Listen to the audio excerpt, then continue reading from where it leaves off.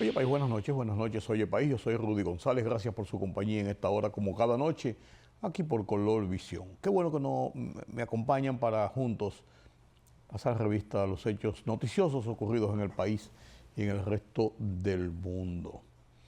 Este miércoles, honras fúnebres a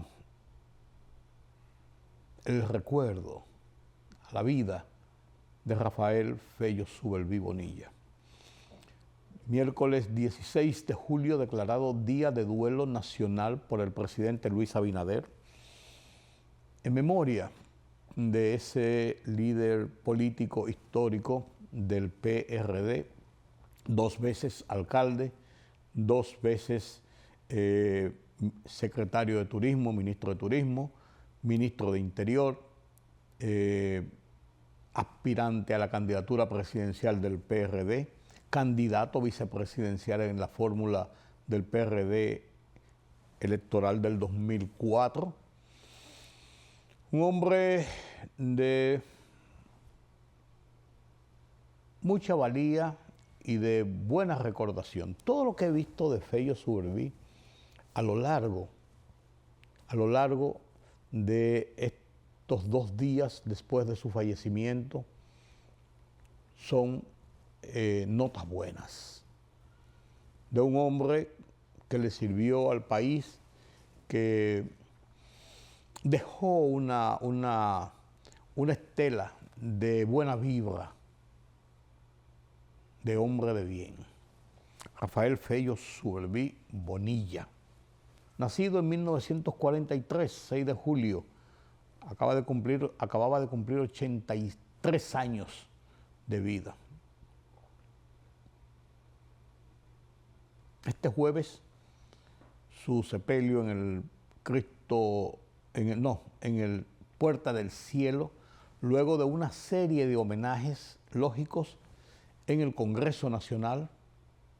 Fue diputado 2 veces, en 2 periodos. En la alcaldía del Distrito Nacional fue alcalde de la capital 2 periodos. En el local del PRD sirvió por siempre en el PRD y también en el local del PRM. Últimamente estaba más cerca del PRM y además es de el grupo del PRM, de viejos líderes del PRD que hicieron filas y formaron el PRM, hoy partido de gobierno. Fue el responsable de que el Conde fuera peatonal.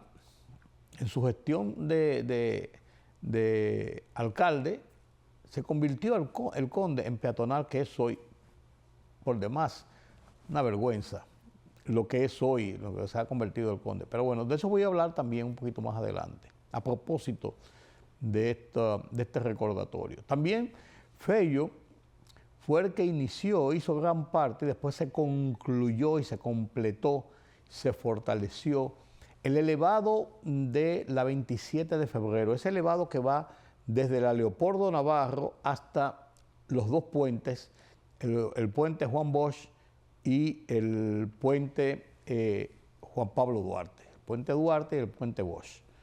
Hay 2 puentes, uno, y entonces ahí sube el elevado. Un hombre de muchas luces, un hombre siempre tendiendo la mano para zanjar situaciones. Fue del grupo de los 7, dirigentes del PRD, que se opusieron en el 2003 al propósito de reelección del entonces presidente Hipólito Mejía, porque Hipólito Mejía pretendió romper lo que era una regla de oro, por así decirlo, del PRD, tradicionalmente un partido opuesto a la reelección.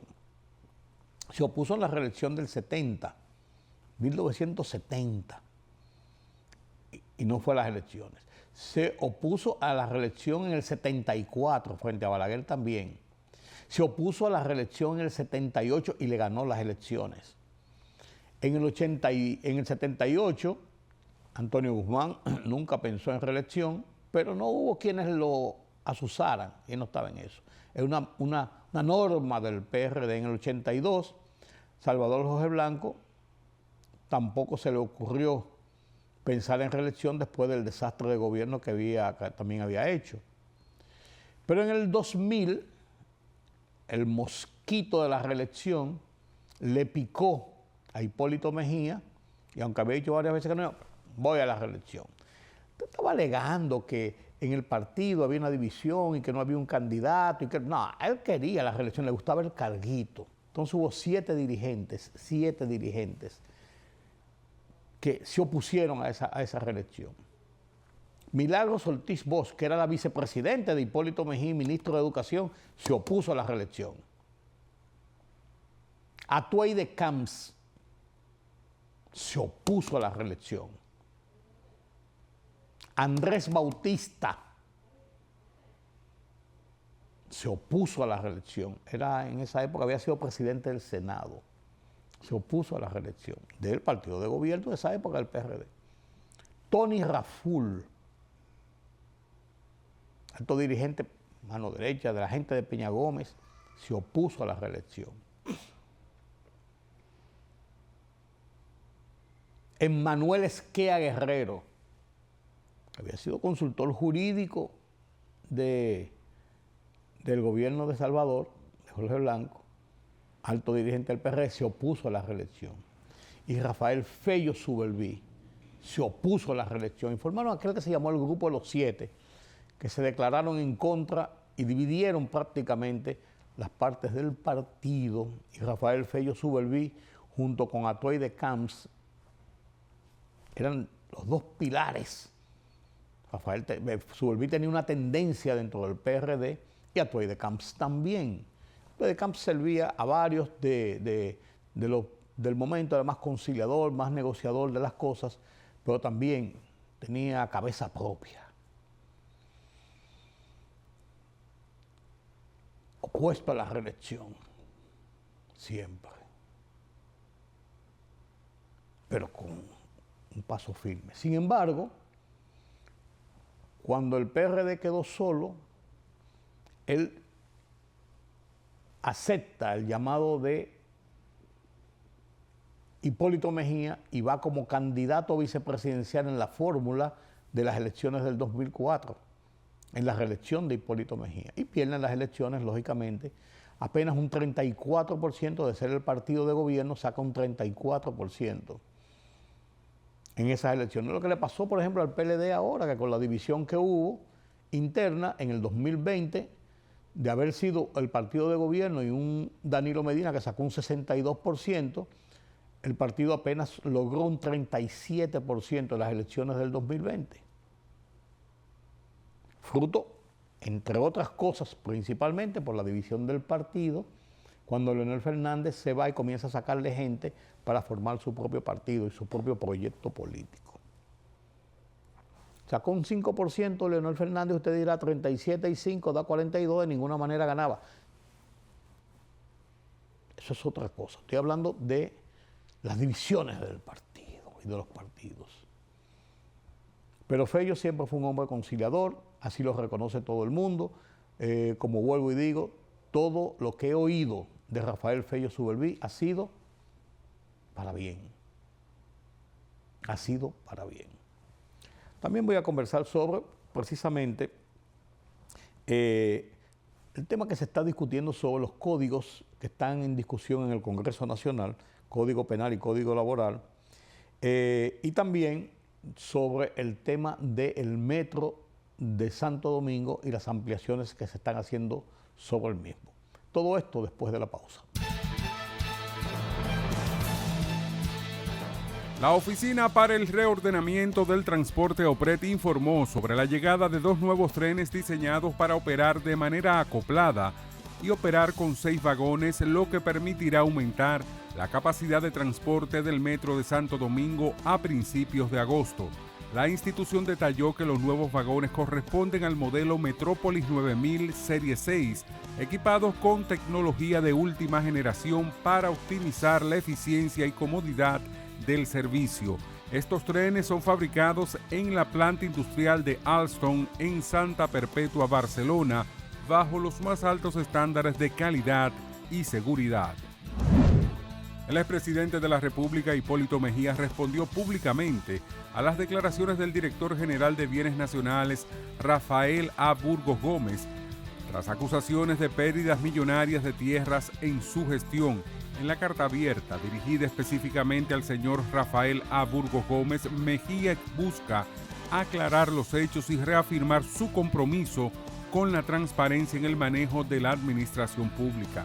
El exmandatario invitó a que los hechos sean los que hablen por sí solos, manteniendo así una postura firme ante las acusaciones recibidas. Como parte de los trabajos de ampliación del sistema para integrar trenes de 6 vagones, desde y hasta el domingo 20 de julio quedará suspendido temporalmente el servicio en las 5 estaciones elevadas de la línea 1 del Metro de Santo Domingo, ubicadas en el tramo Villamella, desde la estación Mamatingó hasta Hermanas Mirabal, reiteró la Oficina para el Reordenamiento del Transporte OPRET. La suspensión temporal en el servicio de las 5 estaciones generó largas filas de usuarios, principalmente la estación Mamatingó en Villamella, aunque se habilitó autobuses de la Operadora Metropolitana de Servicios de Autobuses ONSA que se abordan de manera gratuita en los predios de las paradas afectadas.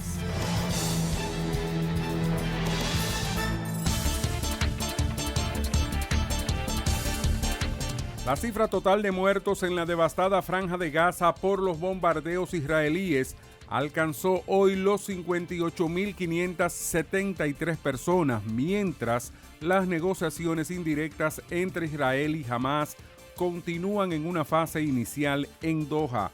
El número de muertos por la agresión israelí ha ascendido a 58.573 mártires y 138.607 heridos desde el 7 de octubre de 2023, informó en un comunicado el Ministerio de Sanidad del gobierno de Hamás en el enclave.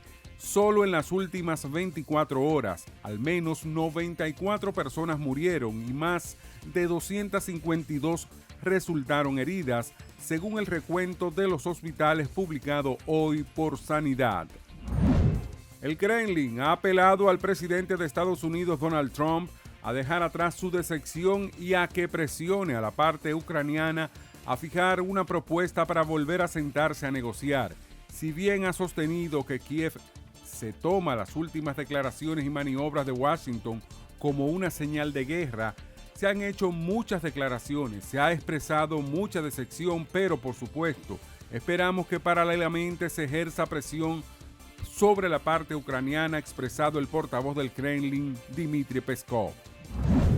El gobierno haitiano, a través del primer ministro provisional Alix Didier, pidió orientaciones a Estados Unidos para enfrentar la inseguridad protagonizada por las pandillas que hoy controlan el 90% de esta capital.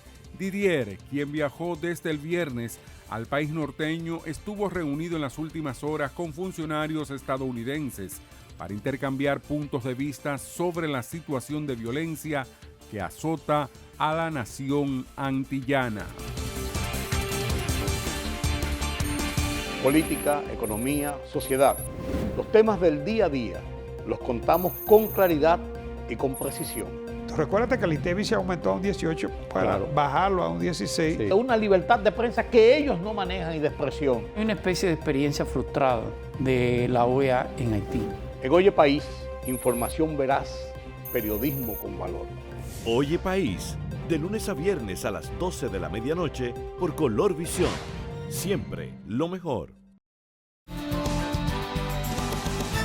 El Congreso Nacional se debate en 2 importantes piezas legislativas, bajo la presión de sectores que se oponen a partes de esas 2 piezas legislativas y la presión propia que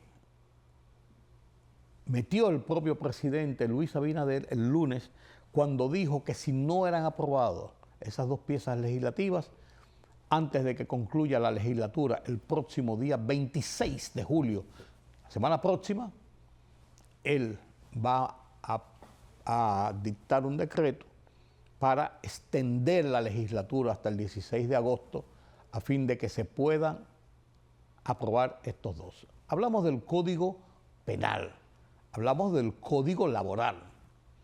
En el tema del Código Penal, la oposición básicamente la hacen los grupos feministas, las ONGs que ponderan, proponen, proclaman, impulsan la despenalización del aborto consignado en la Constitución de la República. Y eso dividió la sociedad en dos partes y le dio paso a la irresponsabilidad congresual de que no ha tomado una decisión en eso porque ningún legislador, salvo algunos que lo hacen por convicción en una y otra, en otro sentido, no quieren verse en la boca del pueblo, de que eso le vaya a restar popularidad.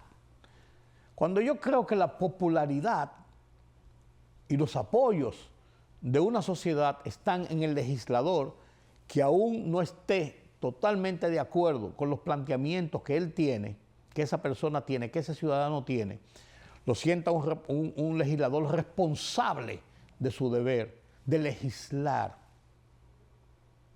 de sancionar, a favor o en contra, o enmendar, pero de sancionar los proyectos en sus manos.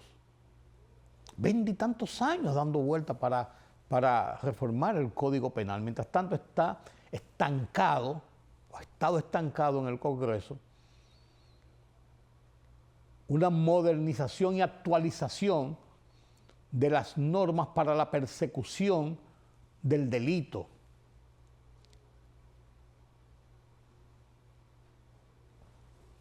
Ese parece que va a salir, porque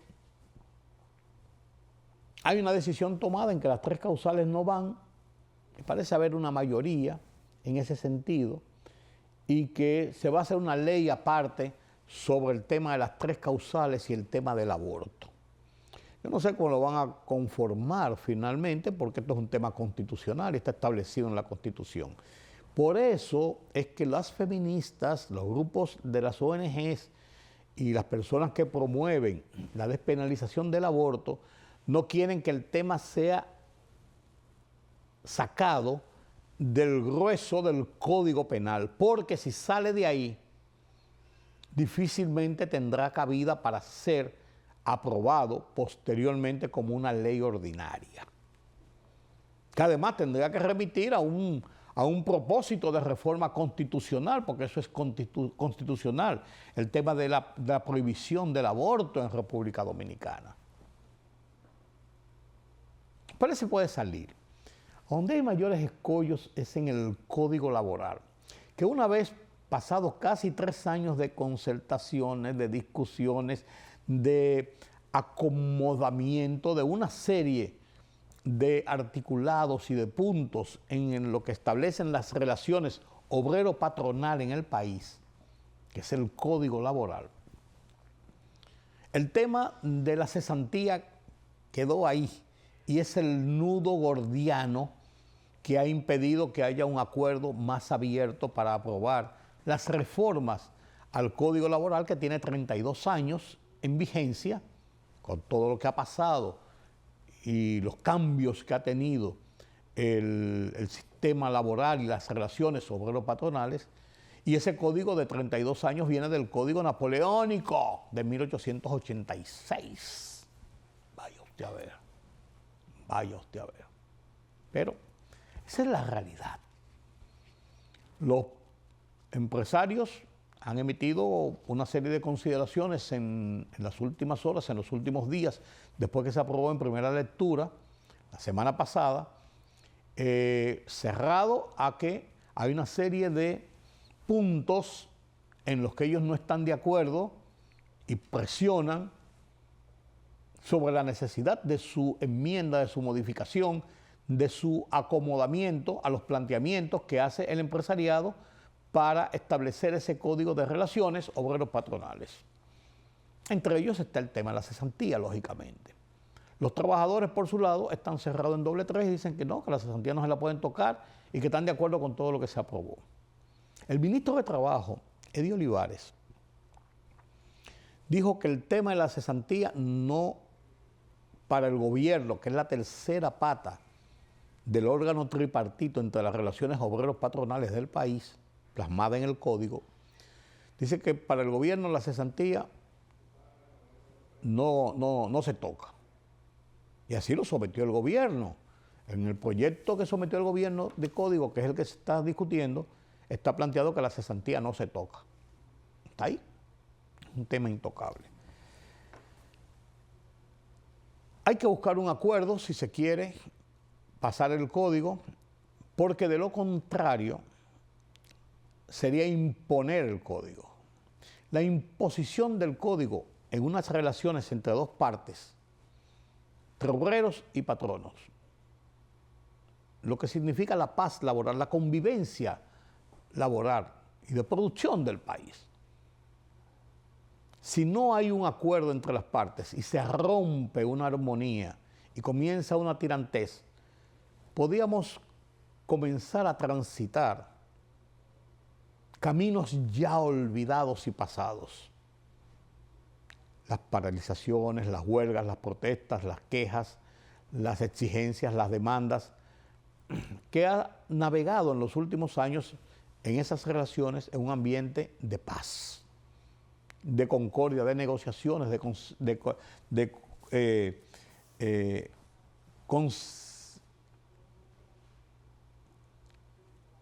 conciliaciones. No importa si uno está a favor o no está en contra, pues se ha conciliado las situaciones. Y creo que lo que menos necesitamos es una intranquilidad laboral y social en el país. Algunos puntos de avenencias tendrán que encontrarse en estas quejas de los patronos y en esta cerrazón de los obreros. El presidente está puesto para que eso se apruebe. Aprobarlo y no conciliar y iniciar un proceso de disputas entre los dos sectores, yo creo que no tiene sentido. Pero vamos a ver realmente qué pasa. El tiempo va corriendo, tienen un plazo perentorio hasta la culminación de esta legislatura, la advertencia del presidente de que podría prorrogar la legislatura en su facultad constitucional por un decreto, hasta el 16 de agosto cuando se inicia la próxima legislatura, o sea, seguir legislando, pero hasta esa fecha, porque entonces al comenzar otra legislatura ya le pasa el plazo de aprobación en el Congreso a ese proyecto. Ya veremos. Miren, la verdad que la gente a veces es incomprensible, pero la gente tiene que tener paciencia y cuando se politizan los temas y se trata de buscar puntos políticos para la crítica contra las autoridades, contra el gobierno en este caso, se pierde de vista la realidad. Se pierde en el bosque, como dice el refranero popular. La OPREP, la Oficina de Transporte Público, Terrestre, qué sé yo cómo es, ha establecido que en esta semana, miércoles, jueves y viernes, se iba a paralizar el transporte del tren en varias estaciones entre la estación Hermanas Mirabal y la estación Mamá Tingó, donde termina esa línea del metro, que es la parte elevada, porque se están haciendo una serie de adecuaciones viales en los andenes, porque a partir de los próximos días, el metro, en vez de tener 2 y 3 y hasta 4 en algunas ocasiones vagones, va a tener 6 vagones. Y en vez de transportar, como lo ha hecho, por ejemplo, mensualmente unas 200.000 personas, esa línea 1 va a poder transportar mucho más personas. Es una ampliación para beneficio del usuario del metro. Una paralización de 4 días, que no se ha quedado en esa paralización, sino que se ha dotado de 52 autobuses de la ONSA que van a estar en la salida de la estación Hermanas Mirabal para transportar a la gente que vengan desde ahí por tierra en los autobuses gratis durante estos 4 días. O sea, va a ser un poquito más lento, pero va a haber el transporte y va a ser gratis, no le va a costar nada a la gente, no va a dejar de transportarse entre esos puntos, entre esas estaciones que son 1 kilómetro y pico, casi 2 kilómetros. Y a la inversa se hará desde la estación Mamatingó, los que cogen su tren en la Mamatingó, van a transportarse gratis hasta la estación Hermanas Mirabal, para de ahí coger el metro y seguir. Se va a hacer una extensión incluso hasta la estación Máximo Gómez durante estos días, 3-4 días, para beneficio de la gente. Están diciendo que eso le está causando un problema serio a la gente, que eso ha sido un desastre, que cómo se hace eso en los días de semana, y bueno, tenemos que esperar entonces la Semana Santa del año que viene para hacerlo. Mientras tanto, crece la demanda de usuarios en el metro. O sea, no podemos ser tampoco, señores, tan irracionales, diría yo. Tenemos que ser un poco más lógicos. Que la llegada de 52 autobuses en fila, y según iban llenando, iban saliendo, iban llenando, iban saliendo, iban llenando, iban saliendo, en la mañana del miércoles, el primer día, provocó entaponamientos del tráfico en esa zona, ciertamente.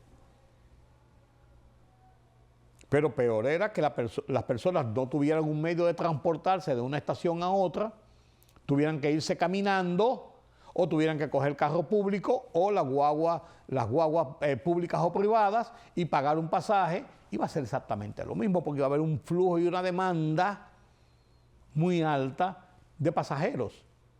Sabrá Dios cuántos motores se meterían a hacer motoconcho para llevar a las personas y sabrá Dios si hasta accidentes se producían.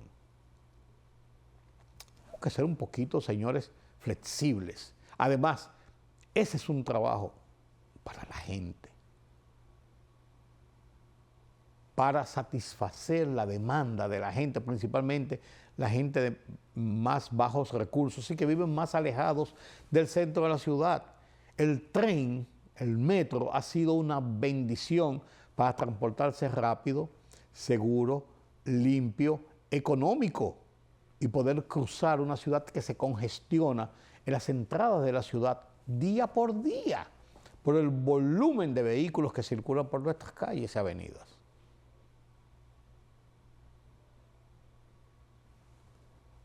Tengamos paciencia, señores. Seamos lógicos. No seamos irracionales. Porque esas irracionalidades no benefician a nadie. No benefician a nadie. El presidente Luis Abinader nombró a Magín Díaz ministro de Hacienda, principal renglón en el escalafón del manejo de la economía del país, porque ahora incluso también se refunde, acaba de aprobar el Congreso ya oficialmente, se refunde el Ministerio de Economía, Planificación y Desarrollo, se refunde el Ministerio de Hacienda. Es un ministerio ahora más grande, con un departamento de Economía, Planificación y Desarrollo, ya no va a ser un ministerio. Y pasa a ejecutarlo inmediatamente Magín Díaz, quien entra a la posición. Magín Díaz es un economista reputado y todo el sector de la economía, sectores políticos, todos medios de comunicación, han visto como trascendente el nombramiento de un especialista, de un técnico económico a una posición como ministro de Hacienda, principalmente en estos momentos en que hay muchas crispaciones, muchas tensiones con el desarrollo de la economía dominicana por una multiplicidad de razones y de situaciones. Las crisis internacionales, las tensiones por los aranceles de los Estados Unidos, muchas variables que están provocando crispaciones sobre el desarrollo de la economía. Nosotros seguimos creciendo a un ritmo más lento del que habíamos crecido en los últimos años, fruto de toda esta situación. Siguen subiendo las remesas, siguen subiendo las exportaciones, sigue subiendo el turismo, pero los gastos se hacen cada vez más grandes. No hay una reforma fiscal que se propuso, y a propósito de esa reforma fiscal frustrada a finales del año pasado, cuando el gobierno, el presidente Luis Abinader, hubo de retirarla del Congreso, dado el rechazo generalizado que provocó la misma, y de la cual Jochi Vicente, el ministro de Hacienda que inició la gestión de Luis Abinader en el 2020, un hombre de confianza del presidente y un funcionario, un economista que se le tiene como reputado, como especialista, experto, cargó prácticamente las culpas. Se dice que hay versiones que dicen que en aquella ocasión Jochi Vicente presentó renuncia. Cuando el presidente retiró la propuesta, todos los fuegos fueron sobre Jochi Vicente, que manejó de una forma bastante concentrada todo el proyecto de reforma fiscal de ese momento, y después se salió a socializar cuando ya la espuma había subido y había sobrepasado el borde de la taza. Entonces, se dice que le había presentado renuncia y que el presidente le había dicho que no, la había retenido, pero ahora decidió renunciar definitivamente.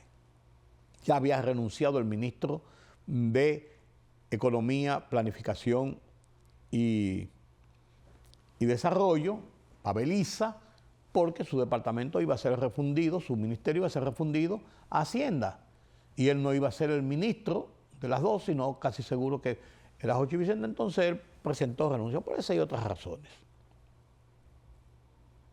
Entonces entra Magín Díaz al juego con muchas expectativas, un técnico que no es político, que sirvió a diferentes administraciones, la última de ellas en el importante cargo de director de la DGII, la Dirección de Impuestos Internos, y se le reputa con una buena gestión. Así entra Magín Díaz a estas funciones. De esto voy a hablar un poco más con Carlos Cuello para ver su opinión sobre el tema. Mi columna de esta semana en el Listín Diario, en esta sesión que se llama Oye País, la dedico a la memoria de Rafael Fello Suberví. La comparto con ustedes a continuación.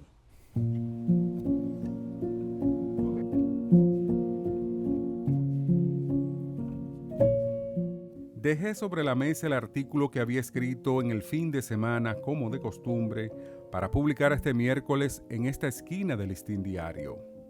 Eran las 5:48 de la madrugada cuando leía un chat de Janet Camilo. Lamento informarles que ha partido al reino eterno mi querido Fello Suberví. De Fello tengo los más gratos recuerdos. Un hombre llano, sincero, agradable, siempre sonriente, conciliador, político y abogado, sagaz, fiel a su partido, el Partido Revolucionario Dominicano PRD, hasta el final. Aquella mañana de mayo de 2003, recuerdo como si fuera hoy, recibí una llamada. Fello, necesito verte a ti y a Miguel Franjul. Dime dónde estarán y los visito, pero debo verlos hoy. Les respondí que no sabía, ya que el gobierno nos había echado de nuestras oficinas en listín y última hora, unos días antes, pues los espero a la 1 en el restaurante chino en el Malecón, al lado de donde estaba el Vesubio, me dijo. Miguel y yo nos extrañamos, pero decidimos ir, pues Fello era nuestro amigo.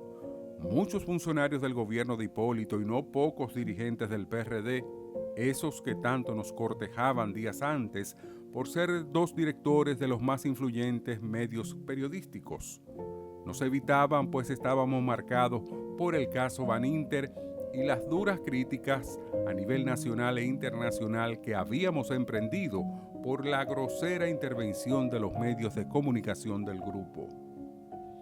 Quise verlos para decirles que en mí tienen un amigo, siempre dispuesto para servirles, ayudarles, apoyarles en estos momentos amargos. Mis amigos lo son siempre, en las buenas y en las difíciles, y quiero estar ahí para ustedes en cualquier proyecto que emprendan. Ese era Fello. Ese siempre será Fello en mis recuerdos. Con respeto y cariño, paz a sus restos.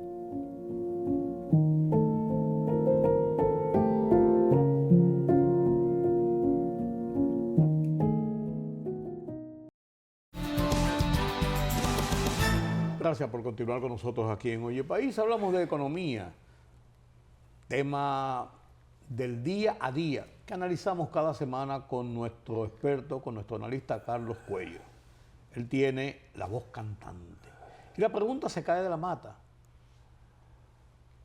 El nombramiento de Magín Díaz, ¿cómo se visualiza de cara a la situación de la economía nacional? Buenas noches, Carlos. Buenas noches, don Rudy. ¿A ti te sorprendió o no te sorprendió? A mí me sorprendió la designación de Magín, que yo creo que es muy atinada, ¿no? Y me parece que el relevo era necesario. El actual incumbente tenía desde el año 2020, ¿no? Sí, 5 años ya. Los tiempos, desde el inicio mismo del gobierno, sí, se casi manejó 5 incluso años. en la pandemia, ¿no? Y ahora el ministerio tiene una mayor responsabilidad porque está fusionado con el Ministerio de Economía. Fusionado ya oficialmente. Oficialmente fusionado, pero todavía en proceso, ¿no? De readecuación. Me supongo que el Ministerio de Economía que desaparece será una dependencia, una unidad de trabajo, exacto, claro. Con una subsecretaria, me imagino con un viceministerio, por lo menos, ¿no? Claro. Lo mismo deberá estar pasando con educación, aunque parece que ahí, aunque se ha, digamos, ordenado ya la fusión y creo que se ha aprobado el estamento legal, pero parece que eso sigue funcionando igual. Sí. No ha habido ni siquiera cambio de ministro, movimiento de personal, ni nada que se parezca. Lo que a mí me parece extraño es que en medio de todo este proceso de fusión, la nómina pública no baja, porque se supone que las fusiones se hacen para, entre otras cosas, ¿no? Reducir costos, claro. ¿No? Pero lo que veo es que la nómina pública se sigue incrementando. Al contrario. Sí. Como que es difícil de entender, ¿no? En el caso de Magín, la verdad es que creo que fue una buena escogencia por parte del presidente. Magín tiene una gran responsabilidad por delante. Él había sido un fervoroso defensor de la reforma fiscal como una manera de frenar la carrera de endeudamiento, ¿no? Y de buscarle respuesta eficientizando la finanza pública y la asignación de recursos también, la manera como se gasta, ¿no? Mantenía columnas en los periódicos y esa había sido su posición, de manera que ahora tiene un reto en sus manos. Así es. Un reto importante porque la economía es un tema del día a día. Eso sí. no es un tema recurrente, no es una cosa que es esporádica. Claro, yo coincido con él en el sentido de que la respuesta a los problemas de la finanza pública necesariamente tiene que pasar por una reforma fiscal. Que no haya sido la que se contempló, bueno, eso es otra cosa. Que pueda tener otros elementos, otras cosas, eso es otra cosa. Sí. Pero no podemos seguir como vamos. Sí. Esa más o menos creo que esa era la línea de él en su posición en sus artículos, ¿no? En los diferentes medios de comunicación. Sí. Él hacía mucha vida pública en los medios, incluso tenía una participación en SIN, una vez a la semana, y analizaba temas, iba a programas de televisión y de radio frecuentemente y daba entrevistas en torno a la situación de la economía. No, además también se manejó como consultor privado, o sea sí, que claro. ya ha estado en las dos posiciones, tanto del área pública Como como privado. una experiencia con el sector privado. Vi ahí que algunos grupos empresariales estaban apoyando su designación. Lo que están los grupos empresariales, lo que no están en apoyar lo que se ha aprobado de la reforma laboral o la reforma del Código de Trabajo. Yo no sé qué va a salir con ese código, quizás salga un camello, Yo no sé. que quedó con la totuma porque no encontraron dónde ponerlo. Yo comentaba eso un poco antes. Es complicado. Porque uno pensó, yo fui de los que pensé que eso estaba todo consensuado y que estaba todo listo. Que había un tema, que era el de la cesantía, y se había hablado de buscarle una fórmula para no necesariamente eliminarlo, sino buscar una forma de un sistema de compensación por varias vías. Hay varios modelos. ¿Sabes que si no se aprueba este mes, se va a caer? Sí, bueno, si el presidente extiende la legislatura hasta el 16, Sobreviviría hasta el 16 de agosto. Sí. De todos modos, yo pienso que eso es un buen incentivo para los legisladores, porque van a tener que trabajar un mes más, ¿no? Tú lo dices con cierta sorna, No, pero es la es un verdad. incentivo para que se esfuercen. Bueno, vamos a reunir de acuerdo aquí, señores. Sí, sí. Pero también, Carlos, a mí, y yo lo he comentado, yo no sé tu opinión, pues a mí las prisas no me gustan, en el sentido de que tú guardas esos 5, 6, 7, 8, 10 meses y de buenas a primeras quieres resolverlo en 4 días. Claro. O sea, eso genera problemas. Lo que te indica a ti que no había necesidad de todas esas discusiones bizantinas, de darle tanta larga. Porque a veces se le da larga a un problema y no es porque en realidad lo amerite, sino porque darle larga parece que es una manera, ¿no?, de que se resuelva solo. Sí. Y mira el lío que se arma. Claro, como en de este que se caso. complique más entonces para Claro. buscar negociaciones, ¿no? Y cuando las cosas se complican más, las negociaciones salen más costosas. Sí, porque ya el tema de la cesantía no es el único al que se oponen Parece que no. los empresarios, ¿no? Hicieron elaboraron 16 puntos en los cuales ellos piden de lo que se aprobó que tenga reformulaciones, o sea, que tienen objeciones o que proponen enmiendas o cambios. Pero supuestamente llegó consensuado. Es lo que te con digo, eso. es lo que te digo, entonces uno no entiende. Oye, fue en octubre 24 que se depositó. Sí. O sea, que tiene un año prácticamente. Sí, prácticamente Ahorita va a tener un año. Y tenía 3 años consensuándose, según, no. según había dicho el ministro anterior de Trabajo. Y las discusiones comenzaron en el 2012. Sí. Estamos hablando de una ley, la 1692, que viene del año 92. 92, sí. O sea, que tiene más de 33 años. Sí. Con De un todos los código que fue cambios. enmendado, de un código napoleónico del 1886. Bueno, de Trujillo. Bueno, el código de Trujillo, porque el código de Trujillo lo que hizo fue un paño con patas, bueno, pero claro. es un calco del 86, Claro. del código Con francés. todos los cambios que se han producido en la sociedad, en la economía, de la década del 90 para acá. Sí. Entonces, sí. Incluso de la pandemia para acá, para no ir muy lejos. Sí, como el trabajo, Sí. por ejemplo. El teletrabajo y una serie de cosas. Sí, pero fíjate que se piensa a veces que solamente aquí se está discutiendo, que se está trancando el juego por la cesantía. Y no es así. Que dicho sea de paso, se está dejando igual. Ahí no ha habido manera de salvar la situación, ¿no? Pero, por ejemplo, datos interesantes de lo que es el código propuesto. Duplica la licencia de paternidad, que ahora mismo son 2 días, a los padres, a 4 días. En algunos países le dan hasta un mes. Sí. Aquí se había propuesto inicialmente 15 días. Sí, y en Y otros después lo bajaron a 10 y después bajaron y llegaron a 4. y en otros hay países incluso que le dan la misma que a la madre. El mismo Esos tiempo que 3 a la meses, madre. sí. Pues claro, países que quieren incentivar la natalidad. La ¿no? natalidad porque hay países que se están quedando viejos. Claro, se amplía la licencia de maternidad. Ahora mismo son 12 semanas a 14 semanas, o sea, serían 98 días.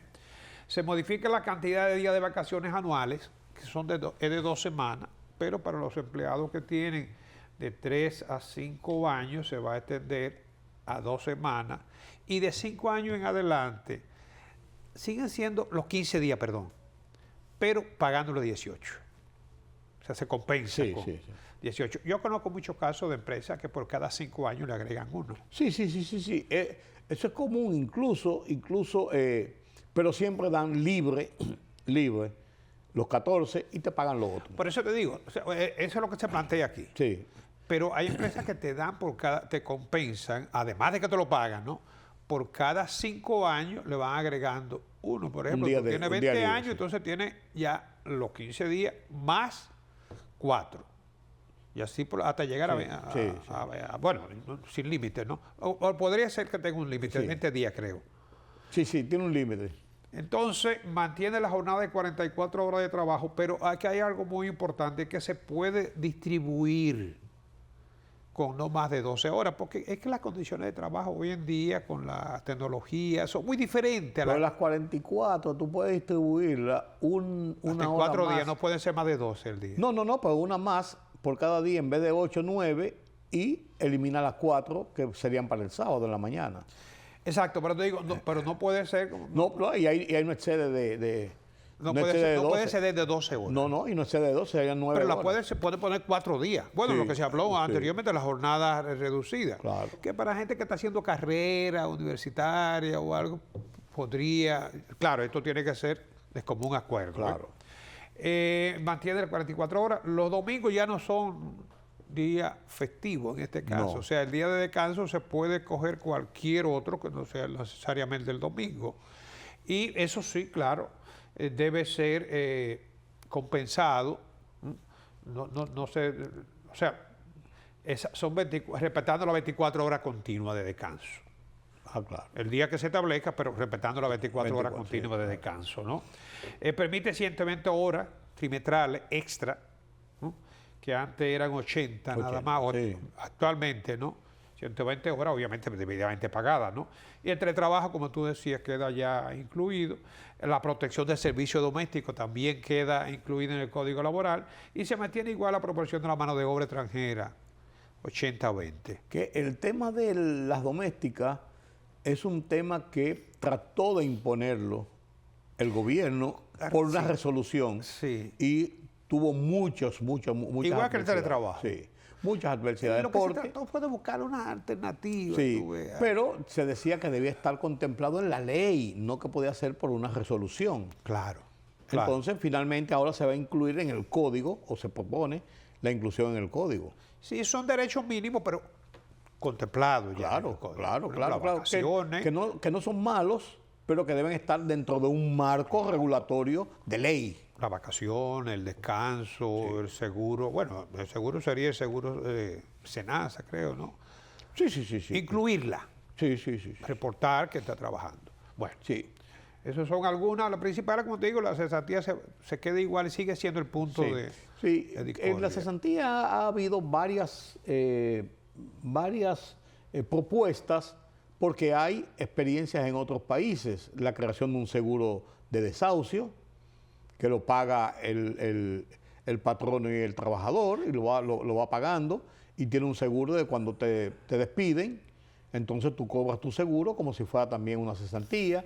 Está el tope de la cesantía, que mantener una cesantía pero que no llegue a un tope tal mínimo, porque hay gente que tiene 15 años con un salario más o menos bueno, se va y cuando tú vienes tienes que darle 3 millones de pesos. Sí. Pero están buscando que haya un tope, hasta aquí es lo que le toca. O sea, hay varias modalidades. O sea, no está cerrado totalmente así o no. Hay modalidades, lo que tienen que llegar a un acuerdo de modalidades. Sí, en el peor de los escenarios pienso que el derecho adquirido habría que respetarlo. No, pero eso no. Eso no, porque eso es constitucional. Claro. El derecho adquirido hay que respetarlo, porque la ley no puede ser retroactiva. O sea, que incluso lo dijo el ministro de Trabajo en esta misma semana, que ellos han apostado a que se mantenga la cesantía o una modalidad, pero que nadie puede pensar que el derecho adquirido puede ser tocado, porque eso es un derecho. Pero ese sigue siendo el punto de discordia. Sí. Que los senadores tampoco quieren cargar con la responsabilidad porque tiene un costo político. Claro. Claro, ese es el tema. Es igual que con el Código Penal. El costo político es el tema del el aborto, que es un tema muy neurálgico. Claro. Y está dividida la sociedad, no necesariamente 50-50, 60-40, no importa, pues está dividida en dos posiciones, Sí. o a favor del aborto o en contra del aborto, y los legisladores no quieren echarse esa culpa encima. Claro. Es un tema, pero alguien tiene que pagar los platos rotos, Carlos. Así es. Así es. Quienes no están pagando los platos rotos son los hermanos de la diáspora que envían sus remesas. Sigue sorprendiendo Sí. el flujo de remesas. Creíamos desde que comenzó el gobierno de Donald Trump con el tema de los inmigrantes y con la situación de restricciones en Estados Unidos y eso, que iban a bajar, pero ha seguido igual. No, días atrás incluso una amenaza que todavía está ahí latente es la de la El posibilidad cobro. de que le pongan un impuesto. Un impuesto. Pero eso entraría en vigencia ya A partir del 1 de enero prácticamente. No, ellos dijeron de octubre para el próximo año fiscal de los Estados Unidos. Exacto. Pero fíjate, en el mes de junio entraron 923.8 millones. O sea, casi un 8% más que el año pasado para ese mismo mes. El Banco Central informó que para el periodo, ya el primer semestre, la mitad del año, ¿no? El país estaría recibiendo 5.8 mil millones de pesos. O sea, 5.8, si multiplicáramos por 2, que es la Sí. mitad, eso va a dar 5.8, más de 11 mil Más de millones. 11 mil ¿no? millones. Sí. Las remesas recibidas sumaron un 11.2% más que el año pasado, ¿no? Y por supuesto que el 81% de esas remesas viene de Estados Unidos. O sea, estamos hablando de que en el mes de junio llegaron de Estados Unidos 693 millones de dólares, ¿no? 81% de Estados Unidos, 7% de España. Sí, sí, exacto. Entre Estados Unidos y España prácticamente Ahí el 90%. está el grueso, sí. El desempleo en Estados Unidos, a pesar de la incertidumbre, se mantiene en torno a un 4.1%. Pero vi ayer o antes de ayer que la inflación aumentó de 2.4 a 2.7. Eso va a ser muy difícil que la Reserva Federal reduzca la tasa de política monetaria. Va a seguir el match. Sí. Entre el No, que está presidente. cada vez más agrio. Sí, se pensó la semana pasada que podía renunciar el gobernador de la Reserva Federal. Sí. Porque solamente... Y ya se habló hasta hay una terna que tiene Trump, ya se habla de un sustituto directo. Siempre tendría que esperar, si él no renuncia, No, que se le vence o el el plazo. Congreso lo destituye por algún motivo, ahí vi que lo estaban sacando, que una remodelación que se hizo. Entonces, tendría que ser o destitución del Congreso por una causa que no deja de crear una crisis, ¿no? O renuncia. A la renuncia. O esperar que termine su Chuparse mandato. el año que viene. Y hay la presión para forzarlo a renunciar. Parece que no hay uniformidad ya en las aprobaciones, porque como es natural, hay intereses, ¿no? Sí, Pero sí hay lógico, mayoría. lógico. Claro. Son Siempre- 12, tú sabes que son 12 gobernadores. 12 gobernadores. Es una junta monetaria. Exacto. Sí, eso es. Una junta la Junta de monetaria. la Reserva Federal. Sí, la junta, sí. Sí. Bueno, las evaluaciones del primer semestre del año, Carlos. Mira, ese primer semestre la verdad es que está terminando mejor de lo que se podía uno imaginar cuando comenzó el año con tanta incertidumbre, ¿no? Por ejemplo, Con todo y la proyección de la reducción del crecimiento. bueno, eso sí, eso no se contempló en principio, ¿no? Se pensó que la economía podía crecer igual que el año anterior, un 5% o en torno a un 5%, ¿no? Pero no, hasta ahora, enero, mayo, que es el resultado que tenemos, 2.6%. Es el crecimiento registrado, ¿no? Y ya las proyecciones, como tú bien destacas, fueron revisadas a la baja. A la baja. Incluso por las autoridades dominicanas. Sí. Que lo habían hecho primero las autoridades extranjeras, o sea, los observadores extranjeros, los organismos, pero aquí todavía se resistían a aceptarlo, pero ya sí. No, se habla de 3.5, entre 3 y 4, para poner un rango, pero ya la posibilidad de que logremos un crecimiento de un 5 cercano, como era 4.7, ya parece que están descartadas, ¿no? No por, digamos, razones locales, ¿no? Sino por la misma situación Todo, la situación prevaleciente en el global y contexto regional, internacional. Otro de los indicadores, la inflación, sigue bajo control, 25 meses dentro del objetivo meta. Que eso es importante. Eso, claro. Por ejemplo, para el mes de junio fue de 0.21 y el semestre estaría cerrando con 1.33. La interanual es 3.56, sigue en todo caso por debajo de lo que es, digamos que la media del objetivo meta inflación. La tasa de política monetaria se ha mantenido en la famosa multa. Sí, 5.75. 5.75, no ha habido cambio a lo largo del año. Difícilmente se produzca cambio porque lo que estábamos comentando de la Reserva Federal, si la Reserva Federal no modifica su tasa, nosotros prácticamente imposible que podamos seguir modificando. Fíjate que el Banco Central utilizó instrumentos de política monetaria para darle un alivio a la economía, pero no se fue por la tasa de política monetaria. No. Utilizó el encaje y utilizó los financiamientos focalizados incluso, ¿no? Tenemos acá el tipo de cambio, que es otra variable muy importante, 58.96, el precio de venta 60.61, todavía prevalece una apreciación cambiaria del 2%, ¿no? Lo que va del año. Vamos a ver qué pasa con este segundo semestre. En la medida en que tú le inyectas más liquidez a la economía, posiblemente va a tener más presión sobre la demanda de divisas. Claro. Y hasta ahora, gracias a Dios, el flujo de divisas ha sido favorable. Sí. Ya comentábamos el caso de la remesa. El turismo, las exportaciones. El turismo tiene una ligera baja, pero está todavía en alza. Ligera baja en cuanto a lo que fue la proyección interanual, lo que fue, pero sigue en alza. Sí, pero sigue siendo el más sensible, ¿no? Al igual que la inversión extranjera. Son dos generadores de divisas muy sensibles, ¿no? Pero todavía se mantiene. Entonces, bueno, del tipo de cambio, vimos aquí también las reservas internacionales, 14.8 mil millones de dólares, prácticamente en torno a 15 mil millones, eso da más de 5 meses de importaciones, ¿no? Y la tasa de interés promedio ponderada, que se mantiene en 14.77, la activa, ¿no? Y la pasiva subió un poquito a 9.7, pero como quiera, ambas están altas. Sí. Y obviamente que no son el mejor estímulo para la inversión y mucho menos para el consumo. No. Que se financia con el crédito, ¿no? Sí, pero de todas maneras no hay un nubarrón grande, hay algunas nubes oscuras, pero no está lloviendo todavía. No, yo pienso que el mayor, la mayor preocupación para las decisiones de los agentes económicos sigue siendo la incertidumbre. Sí.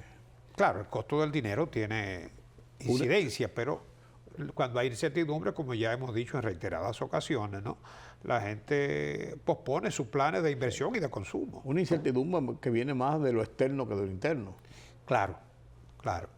Pero que se apodera de todo el mundo. De todo el mundo y la gente, lo que tú dices, aguanta. Claro. Aguanta. Y las empresas, lo mismo, los consumidores. Bueno, don Carlos, gracias por estas informaciones sobre la situación de la economía en el país y la influencia que tiene los vaivenes de la economía en el mundo sobre nuestros planes de desarrollo y sobre nuestras realizaciones. Sigue el tema de la baja inversión en inversiones públicas, pero vamos a ver qué pasa en el segundo semestre que ya estamos transitando. Así es. Tener esperanza y seguir apostando. Y tenemos ministro nuevo de Hacienda. Vamos a ver si esto por lo menos da un poco de aliento, no necesariamente porque el otro fuera el malo, sino porque a veces cuando se renuevan esos estamentos de dirección, siempre hay como una nueva luz al final del túnel. Así es. Gracias de nuevo, don Carlos. Nos vemos la semana que viene. Gracias a ustedes por acompañarme en este conversatorio sobre la economía y en esta edición de Oye País. Será hasta mañana. Buenas noches. Yo soy Rudy González.